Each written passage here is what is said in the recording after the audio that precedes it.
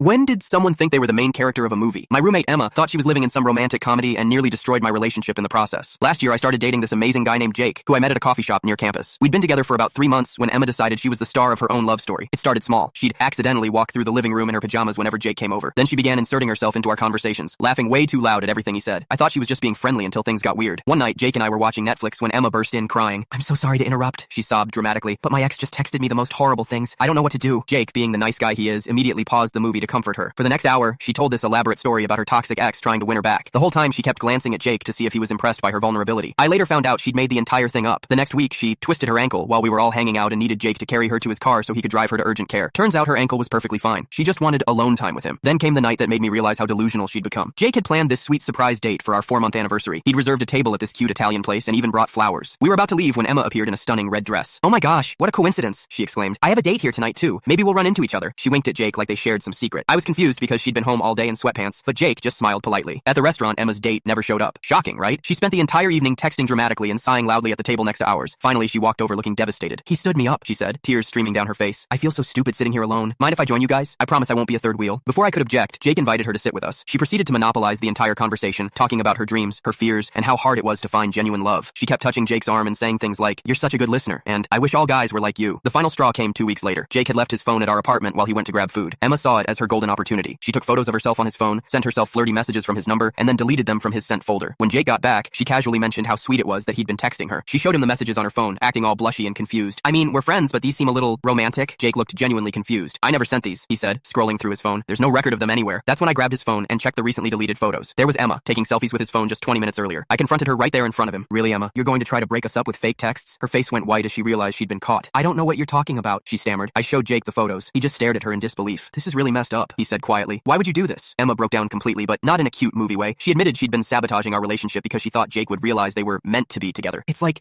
when Harry met Sally," she sobbed. "Friends who fall in love. I was just waiting for our moment." Jake looked at her like she'd lost her mind. "Emma, we were never friends. I was just being polite because you're her roommate." I moved out the next month. Emma kept posting on social media about how betrayal comes from those closest to you and how she was too pure for this world. She's still single, by the way, probably waiting for her next romantic comedy moment to begin. Jake and I are still together, and now we laugh about the time my roommate thought she was Meg Ryan.